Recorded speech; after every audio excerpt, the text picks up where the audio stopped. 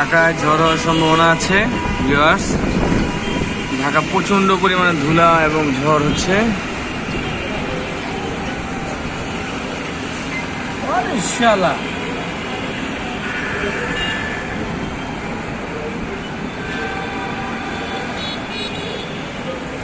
আকাশ কিন্তু খুবই মেঘলা, আপনারা কিন্তু দেখতে পাচ্ছেন।